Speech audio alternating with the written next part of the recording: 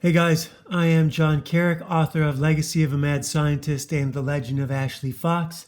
Today we are looking at Conan the Barbarian number 105 by Marvel Comics. Now, there's something about this one that's a little bit different than the last few.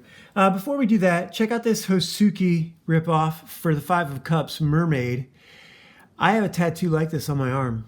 So, you know, ripoffs are ripoffs. Myself included. But mine is a dragon that's a water dragon, a forest dragon, and a fire dragon. So it like combines into the three different parts of the arm. And yeah, so this is Fantasy World Tarot for what it's worth. I'll show you guys again later. But what I want to talk about with Conan, before we start this one, I have to move right over here. Excuse me. I want to point out that all these recent ones we've done, starting with Conan 99, the mini crabs. Now these are all done in the Marvel method, where Roy Thomas writes a 1 to 2 page outline, John Buscema goes off and draws the comic, then Roy Thomas letters it, writes the dialogue and the word balloons. Now this one, 99, you'll notice it's just Devil Crabs of the Dark Cliffs. Right? Conan and Bellet, great splash page. Next one, Conan 102. The Men Who Drink Blood. That's all it is, right? Robert E. Howard, based on characters created by Robert E. Howard. 103, Night of the Vampire, Bride of the Vampire, based on characters created by Robert E. Howard. 104, I'm getting to my point here. Now we get something. Still based on Robert E. Howard, adapted from the story by Robert E. Howard. So Robert E. Howard may have a Veil of Lost Women for Solomon Kane, which is what I suspect it was. Here we get to a new development. 105. It's entirely possible that the editors are like, you guys are phoning it in 5 issues in a row. Come on, like, get back to basics. Because this one, Whispering Shadows, based on a story by L. Sprague de Camp and Lynn Carter. So finally we're getting, someone said, I don't understand the character of Conan. You know what? It would be an easy argument to make that Roy Thomas lost track of the character of Conan with the last few issues. The last few issues were nonsense. They were complete and utter nonsense. And as we go through this one, you will see what I mean. Because this one gets back to basics. It starts off with this witch doctor trying to rouse the whole camp against Conan, saying he's the problem that they have a drought. He's the problem the crops have failed. He's the problem there's a plague. He's the problem we're having war with our neighbors. We have a white chief and we can't have it. And unless we change that, we're all going to die. That's literally what this witch doctor is saying.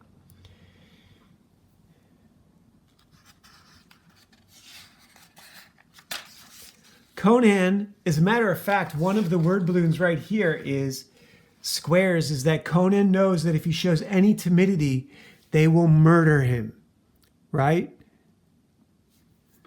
So Conan lets this guy go on. He's complaining about everything, right? Ever since this white guy has taken the throne, the rivers have dried up. We're losing battles. Our villages have burned. Our people have the plague. We have to get rid of him now. Conan has had enough. Knocks the guy out, pushes over the sacred pillar onto a bunch of these guys, and bails. That is the Conan I understand. That's the character Conan I understand. That's Conan who is Tarzan, but worse. Way more violent, way more deadly, way more clever, way more up to date. Conan is Tarzan without a conscience, or Tarzan who's willing to kill people, whereas in real life, Tarzan was a little bit more merciful. Conan is considerably less so. And this story, He's moving through the grasslands, heading north. He's going to cross the Sahara on foot. Now, here's the thing. Back then, Conan is pre-Egypt. So the Sahara was a breadbasket 2,000 years ago. The Sahara is a desert now because they had bad farming practices. At that time, the Sahara would have been a grassland, would have been Stygia, which is what happens up ahead too. They don't say, or maybe they just say the Sahara. They don't say the desert. Maybe they mean it's all grasslands. And I'm just reading my own prejudice into it. Anyhow, he sees the lion and it runs away. But he knows that a pride of lions are now on his trail. Lions, tigers, and bears. Wolves would be just as bad. A pack of wolves would be just as bad. He dumps almost all his arrows on them. One thing we don't get is a countdown of how many arrows he has, which would have been clever, but they don't do that. That's sort of a ticking clock thing that they could have done over these 2 pages. Instead, he just gets chased down by the head lion. And this is a solution right out of Robert E. Howard. This is how this gets solved is so Robert E. Howard and not Edgar Rice Burroughs. Because Edgar Rice Burroughs, Tarzan would have fought them off. He would have called in apes. He would have trapped them somewhere. In this one, Conan outruns them until he gets close to these ruins. Here they explain that the grass is different, that it's sort of poisoned, that it's bare patches and whatnot. But really, it would have been easier to say that it's the overwhelming presence of these ruins. And Conan willfully goes in to explore. This is Tomb Raider. I mean, how many times have we seen Conan have, these adventures? This is very much Conan. This is more Conan than Conan leading one tribe of black villagers against another tribe of black villagers and then against a tribe of black vampires. That was off. It could have been done better. There could have been done with more teamwork. I'm not racist against, Conan teaming up with blacks. Him and Bellet had the Black Corsairs, I think was their name.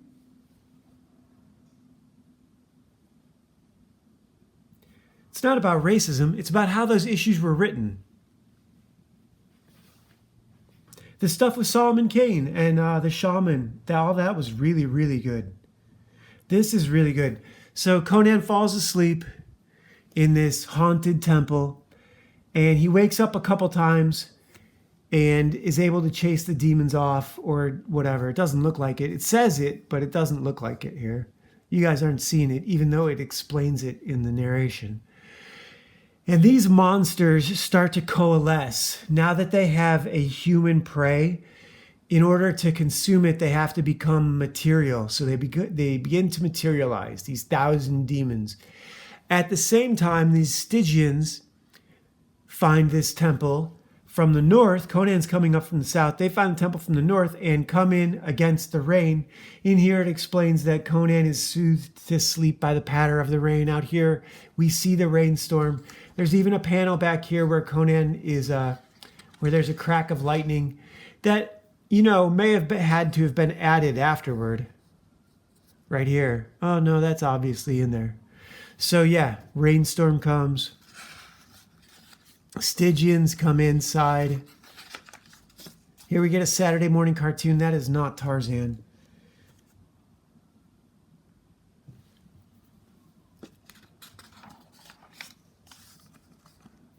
But the Stygians are inside on the downstairs level. Conan wakes up and sees them, and he sees the monster between him and them. And the monster starts to creep its way down the stairs as they go to sleep. Here it says that Conan's scared, that he knows that if he goes that way, he would not emerge alive. This is written very much in the vein of Robert E. Howard. Robert E. Howard's stuff was half horror story. It was action because Conan was the better of the monster. If the people that encountered the monster had lost to it, it would be horror. But because Conan beats it, because it's rescue porn, it's action. That's my theory on fiction. You can have supernatural horrors, but if you're able to beat it, it's an action movie. It's a thriller. It's a comic book movie. So these guys send a guard out to guard the horses, and the monster comes down as they sleep. Conan's watching. This cross-hatching on his face is really well done. If you guys can see that. Here, I'll move it up closer to the camera so you can see that it's actual cross-hatching. See that?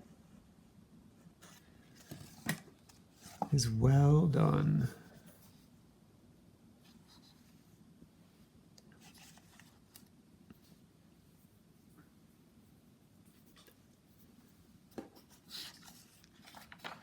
And there it is. The creeper of the crypt, the lurker in the shadows, the dweller in the dark, the monster of 1,000 faces.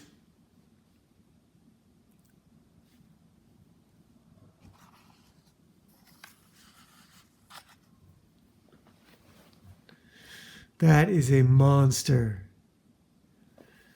That is right out of Lovecraft, Robert E. Howard, Cthulhu. And this is not lame Marvel Comics. This is not a gay black vampire. This is back to basics. If you're burnt out, go to the source material. I don't even want to turn the page, but obviously, if you cut off a limb, it grows it back.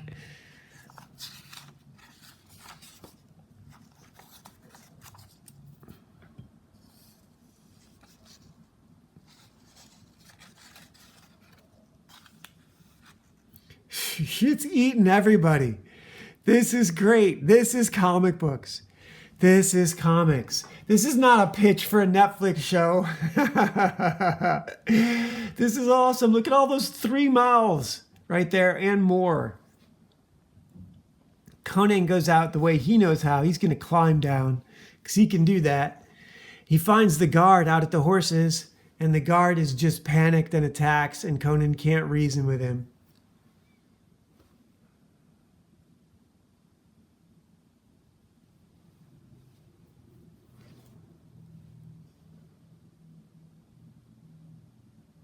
Conan's like, dude, let's escape. We don't have to be enemies. But this guy had no idea Conan was even there. No one's seen him. Oh, here, this is hilarious. Spider-Man versus Jujitsu over Twinkies. And look at her holding these Twinkies. Jujitsu, master of Kung Fu and all kinds of martial arts. This is awesome. Really, someone should do a collection of all the Hostess Comics ads. I bet you could get a whole book of it. I bet you could. You know, if you could find some high quality 70s, and just get the digital ones, put it together. No one's going to buy it, but it'd be a novelty item. Last page. Conan kills this guy through the neck with the sword. Takes his helmet, takes his shield, takes a horse.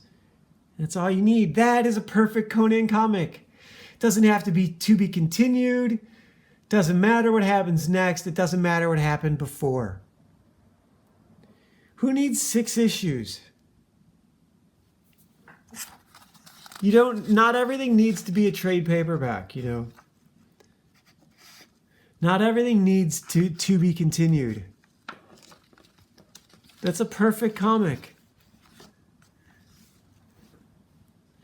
I'm glad we're finding more of these good ones. It sucks reading bad comics, doesn't it? Rom, Space Knight. Love it. Rom meets the X-Men, 2 issues, 18 and 19, or 17 and 18. I think I've got them. Hey guys, I am John Carrick, author of Legacy of a Mad Scientist and The Legend of Ashley Fox, the 2 best science fiction fantasy novels you've never read, on Amazon Smashwords, right here on YouTube as audiobooks for you to check out. Today we're looking at Conan 105, which I proclaim is a great Conan in Africa comic. He faces evil villagers, angry lions, and monsters in a forbidden temple, as well as Stygians, which are kind of like Egyptians. It's a good comic book. It's a good comic book. How can you go wrong with all that? Pages are kind of hard to turn, but yeah. Yeah. So Conan 105, good stuff. Also, we had the Mermaid by World Fantasy Tarot with the Hisuki wave, and we have our conflicted card, the Five of Hearts. In this one, Gordon's children. This is a pretty rough card. This is a very explicit card, and this is interesting to think about. Gordon's children see family, friends attacked while they're in their car, and their car is set on fire, and they watch them burn to death. Now, I don't know how close they could have been to see that and to witness it, because that takes a full-on minute or two. And I don't know how you could have them witnessing that and not be caught up in it. But what do you tell someone? The question is, what do you tell children about this who've had to witness something like that? And the truth is, how do you deal with it? You think the children are scarred for life? This is what it says here, is scarring them for life. You're scarred for life. You watched your friends get burnt up in that car. Don't say fucking anything. Anyhow, that's kind of a downer, and that's not how I want to end today's show. I am super happy today because so yesterday I spent all day yesterday drawing and doing my chest workout. I had to cook. I cooked today too. I have the best ground beef, grilled onions and bell pepper with marinara sauce mix. It's in butter. It's really good. And it'll keep me fed for like 2 or 3 days for the week. Maybe depends on how much other food I get. But it's a big chunk of, it's so good. With chips, with bread, with anything. Anyhow, I wrote 1,800 words today. Almost 19. I want to say 1,850 or something like that, but almost 1,900 words. And yesterday was all drawing. Drawing is rewarding, but not as much as writing is, because writing, I know, can become something, whereas the drawing, it only looks good to me. And in a few weeks, I'll come back to it and be like, oh, this line's bad. This needs to be moved. Her eyes are unbalanced. And I have all sorts of problems with my drawing, but my writing, I'm really happy with. Problem with writing, though, and with writing fiction, is a lot different than writing books for business. And when it comes to writing fiction, when it comes to doing creative work, the rest of you are all in service industries. This is such an elite position, writing fiction. It's such a head up my own ass. It's all the way in the clouds. But I'm so happy doing it, so whatever makes you happy, right? Whatever gets you through the night. I wrote a great chapter today. I had to have one of my characters exorcise a bunch of demons out of a motorcycle gang. And it's fucking awesome. It was fun. It was good to write. It took a few days of thinking about what needed to happen next, because I hit a few different points in the story. Basically, I have a large ensemble cast of good guys, like 9. And they're a little bit separated right now. So that means I have 3 ongoing stories of just good guys, not even the bad guys. Now, when they all come together for the big final fight, it's going to be great. I've spent years planning this. I've been planning this story since I started writing, because the final, kind of. The first version of this was a lot different. But it's all been built around a satanic ritual sacrifice of a child where they're going to get all sorts of power and shit. This one's a little bit different. It's a satanic ritual sacrifice of a bunch of young girls where they're going to let Cthulhu monsters in through portals to wreck the West LA and just eat everyone. And it's Odin and the Valkyries' job to stop them. So I'm having a ton of fun writing it. I have less than a week before it's done. I think they're on, I had to back up a few days because I'm writing these old characters. But yeah, 7 days until I get to the final event. The trick is going to be not to melt down the final event into a bunch of montage flashes, but to have there be some dialogue and some development through the event itself. Do you know what I mean? That might be difficult. And it's so big right now. I'm at like 160,000 words. It might need to be 2 volumes. I mean, that's entirely possible. I can't see where to break it though. And for that matter, maybe break it into thirds, but that's even worse. It would be better as a season of television, or as 3 seasons of television, of cartoons. That would be the best thing. Also, so we have the audiobooks out there for you guys. We have this. A lot of the art from this is colored in the audiobooks for you guys to take a look at. This is Ashley Fox, Ninja Babysitter, The Last Valkyrie, where Ashley meets Valeria, who is the last Valkyrie. And as Ashley rescues baby Sarah here, Valeria points out to her that she's been killed, and that because she was killed rescuing a child, she has now been promoted to being an angel. So yeah, I'm pretty happy. I've done my work. Now it's time for the world to catch up with me. The world's gone crazy while I've been doing my work, and there hasn't been an opportunity for me to sell my work into a rational world, and I'm just about at a point where I'm going to be able to do that. And I'm going to end up with a church and a casino right next to each other. See you guys tomorrow.